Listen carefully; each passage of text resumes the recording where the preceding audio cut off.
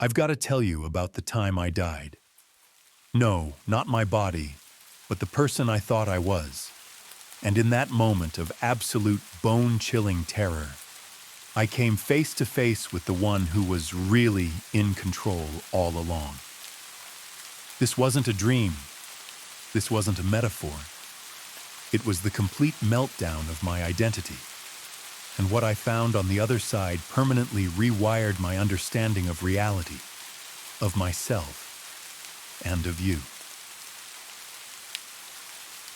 Section 1. The Tyranny of the Inner Roommate. Before we get to the moment my world fell apart, you need to understand the prison I was living in. And it's a prison I suspect you know really, really well. It's the prison of your own mind.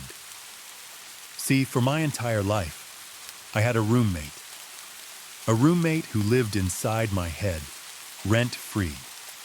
And this roommate never, ever, ever shut up. From the second I woke up, the narration would kick in.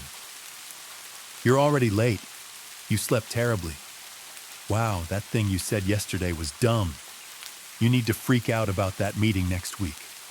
What if you bomb it?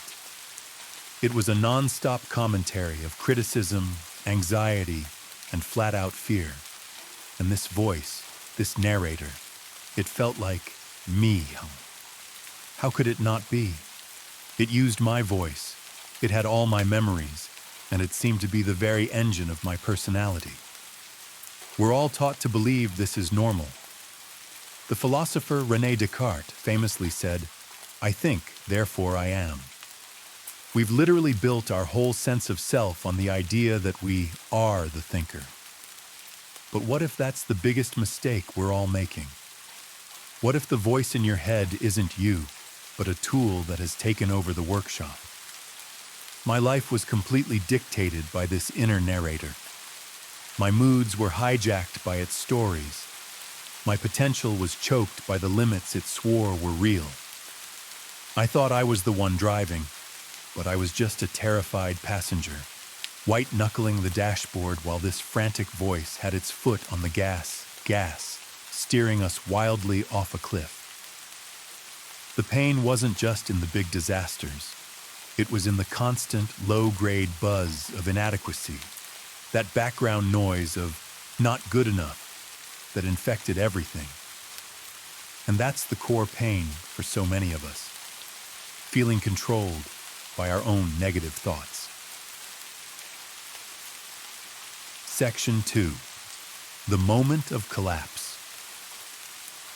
My death didn't happen on an operating table. It happened during a period of intense personal crisis where the suffering just became too much to bear. For me, everything I had built my identity on, my career, my relationships, my vision for the future, all crumbled at the exact same time. The narrator in my head went from being a critic to a screaming, howling tyrant. The noise was unbearable. And then, something snapped. People describe ego death as terrifying, and that's a wild understatement. It didn't start like a gentle fade to black. It was a violent fragmentation. Imagine you're a reflection in a mirror, and that mirror suddenly shatters into a million pieces. You aren't just seeing the cracks. You are the cracks. You are the splintering glass. My sense of I, the anchor point for my entire life, just dissolved. I tried to hold on, frantically grabbing for my own name, for memories, for anything solid, but it was like trying to catch smoke. I felt like I was melting into the floor, becoming part of everything, and, because of that, nothing at all. Who was experiencing this? The I that was asking the question was the very thing that was disappearing. The fear was primal. It was the fear of total annihilation. The roommate in my head, the narrator I'd mistaken for myself for 30 years, was screaming that we were dying. And from its perspective, it was absolutely right. It was dying.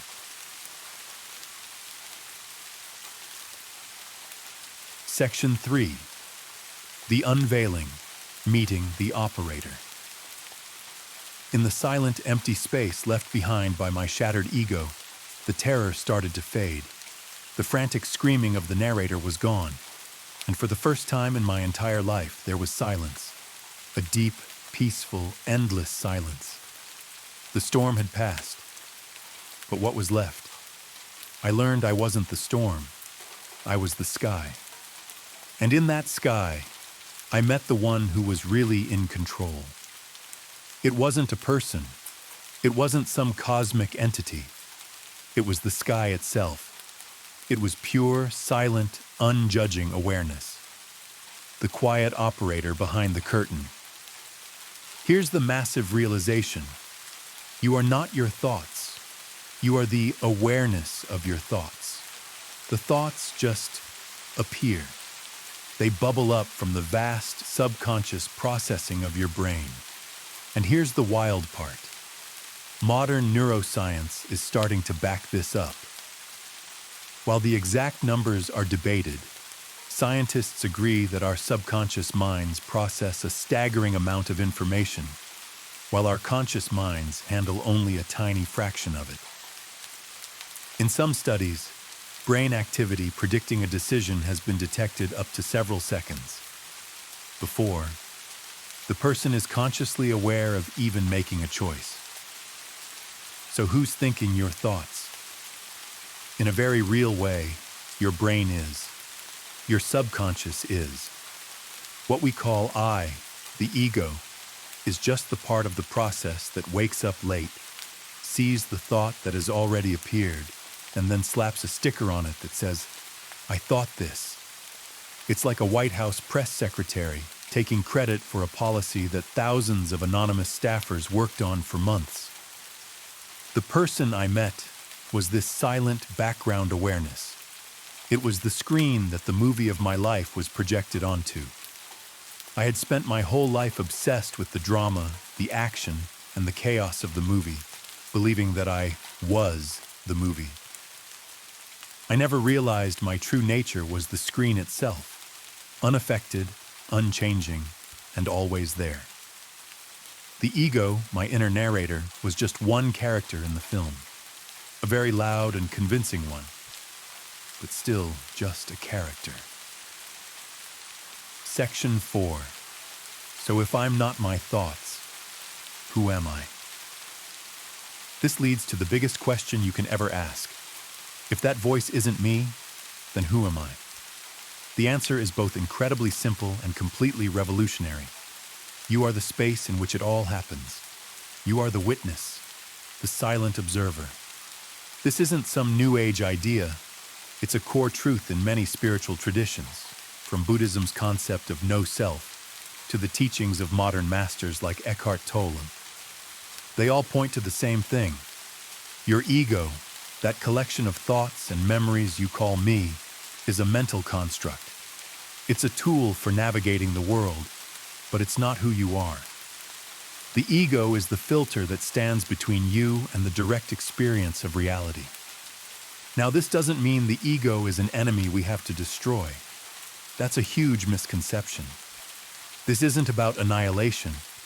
It's about putting the ego back in its proper place. It's a fantastic servant, but a terrible master. You need your ego to remember your own address or to do your taxes, but you don't have to believe it every time it tells you you're a failure or that you should be terrified of the future. You don't have to let it run the show. Realizing this is the turning point. It's where you stop identifying with the passing clouds of thought and start identifying with the vast, clear sky of awareness they drift through. Section 5. Living after death. The practical liberation. So, what happens next? What does life actually look like when you stop believing you're your mind? You don't become a personality-less robot. It's more like a rebirth. You feel reset, and the changes are real and practical. The single greatest benefit is freedom from suffering. As the author Byron Katie says, Suffering is just the alarm bell that tells us we're attached to a thought that isn't true. When you stop believing every thought, you stop creating your own misery. An insult from someone is just sound passing through your awareness. A worry about the future is just a mental movie that appears and then disappears. You can watch them without getting dragged into the drama. This creates a profound sense of peace. The world doesn't change, but your relationship to it is revolutionized. You can engage with life more fully, more authentically, because you're no longer filtering every single experience through the fearful, needy lens of the ego. You start to feel a deep connection to everything, because the illusion that you were ever separate begins to fade. The journey starts with one simple practice. Just start noticing the voice in your head. Don't fight it. Don't judge it. Just watch it. See it for what it is. A stream of automatic, mostly random thoughts. Every time you do that, you create a little bit of space.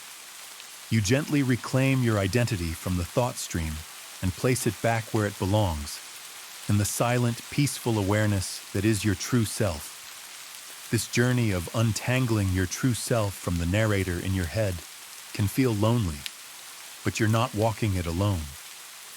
If this story sparked something in you, if you felt a flicker of recognition in that quiet place behind your thoughts, then subscribe and join this community of explorers. More importantly, share your own story in the comments.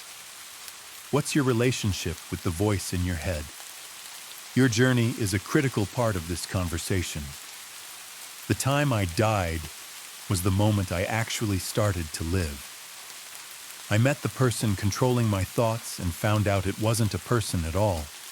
It was the silent, conscious space where everything begins. The voice in your head isn't you. The character you think you are is just a role you've been playing. You are the awareness that is aware of the character. This isn't just a cool philosophy. It is a direct experience that holds the key to a freedom you can't even imagine. The death of the ego isn't an end to be feared. It's a doorway. It's how you finally wake up from the dream of being a self and realize you are and always have been the dreamer.